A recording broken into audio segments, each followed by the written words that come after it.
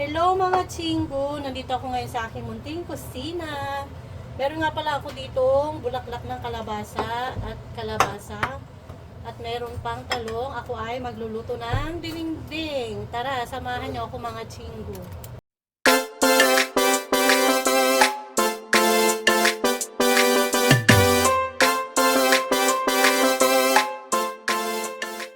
So, ito na nga mga chinggo. Medyo kumulo-kulo na yung tubig. Mga chinggo, parang style ko lang ito na pagluto ng dinengdeng. Meron ako ditong bagoong, boneless siya. Una kong gagawin ay lalagyan ko muna ng bagoong. Hindi ko nasasalain nga kasi boneless naman siya, wala siyang mga tinik. Yan. Sa mga Ilocano guys, bagoong is life.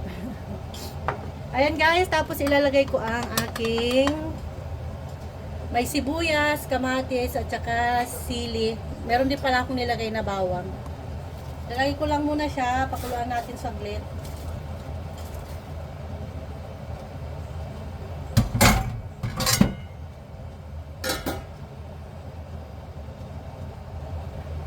Mga chinggo, ayan, medyo kumukulo na ulit siya. Kaya ang susunod kong ilalagay, ilalagay ay yung prito kong isda kanina guys.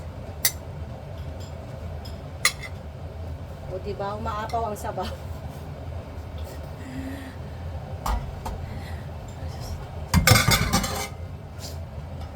Tapos ayan ulit natin siyang kumulo guys. Tapos ilalagay na natin yung mga gulay. Guys, alam nyo bakit inuuna ko tong isda ilagay? Kasi para yung lasa din ng isda is manuot din doon sa sabaw. Pero pa yung bagoong. Pakuluan ko lang siya ng pakuluan ito guys. Wala naman problema kasi nga yung gulay mamaya ko na ilalagay. Sa amin doon sa Pangasinan guys, sa mga Ilocano, bagoong is life.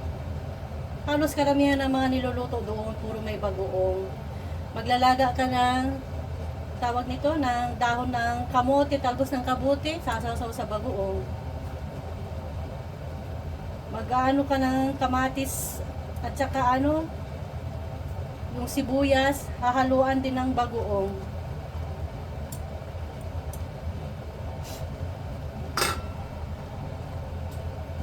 Tapos ito na nga siya, ilalagay ko na rin yung kalabasa.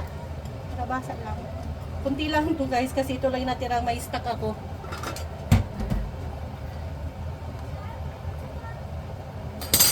Pakuluan ko siya ulit guys. So, ito na nga, marami na siyang kulo-kulo-kulo. Lapit ko guys. Ayan. Oh. Ganito talaga ako magdininding guys, maraming kamatis. Actually itong kamatis guys, mini merienda lang to ng anak ko.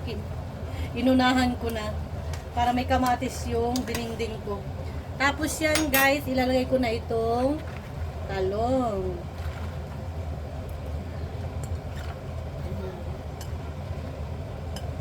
Nagdidininding ako guys, kung ano lang yung meron doon dito sa bahay, na lang inaano ko.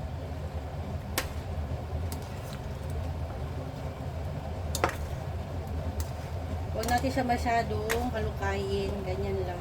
Tapos, hindi ko na siya tatakpan, pakuluin ko lang siya ng pakuluin.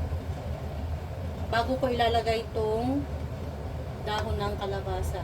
Masarap din ito iprito guys. Actually ito doon sa work ko, kasi meron akong kasamahan na nagtatanim talaga siya, doon ko siya kinuha.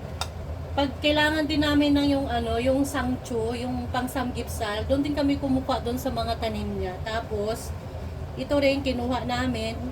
Tapos yung mga sibuyas, ganyan, talong, pipino, kumuha kami doon, nagbibigay naman siya. Siya nga pala din guys, ito, pag nangunguha ako nito, tinatawanan ako ng mga Koreano. Kasi bakit daw kakainin? Ibulaklak ba? Kasi sa kanila, hindi kinakain ito eh. Tawas, pati yung asawa ko tawa ng tawa. Bakit daw kakainin ito eh, bulaklak pa lang. Sabi ko sa amin kasi kinakain. Meron kasing bulaklak na lalaki at babae. Yung mga hindi talaga nagiging kalabaso, yun ang lalaki guys. Tapos yung mga nagiging kalabaso, yun ang babae. 'Di ba sa sa ibang bansa, piniprito to.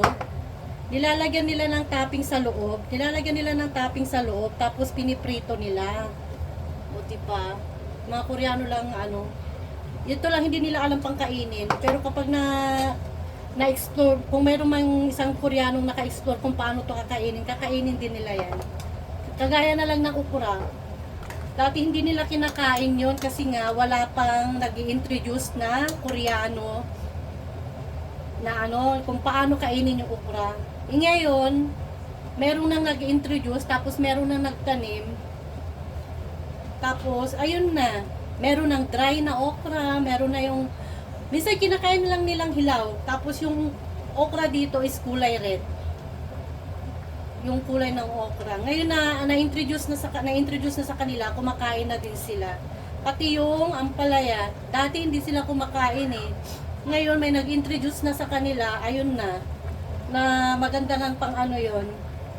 Yung para sa diabetes, sa mga diabetic na tao.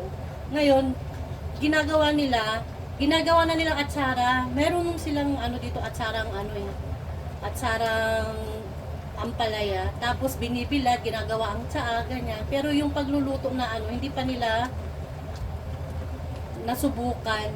Kagaya sa atin, 'di ba, ginugulay natin. Sa kanila, hindi pa, parang lang yung ginagawa lang na pickles, tapos dinadry nila, ginagawang powder, ginagawang tsaa, ganun lang yung pa nila. Hindi ko na siya titimplahan guys kasi yung yung isda, meron ng asin, tapos yung bagoong maalat na. Ay, maingay yung anak ko. Isigaw. Sandali lang guys.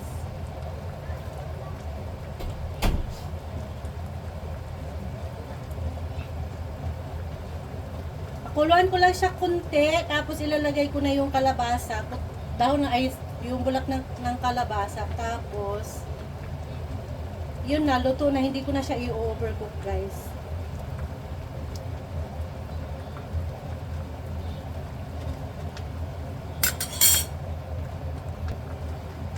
Yun guys, ilalagay ko na itong bulaklak ng kalabasa.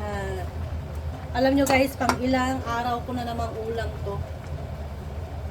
Ako lang naman kasi kakain. Yung anak ko kakain, yung bunso kakain siya, pero isda lang yung kakainin niya.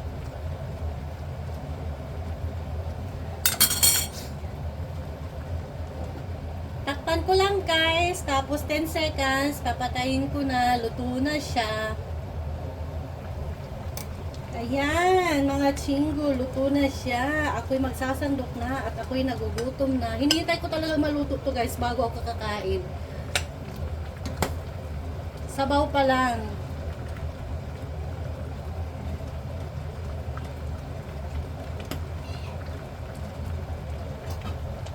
So, ito na guys, ang aking dinengdeng na kalabasa. Kain tayo. Salamat ulit sa panonood. Bye!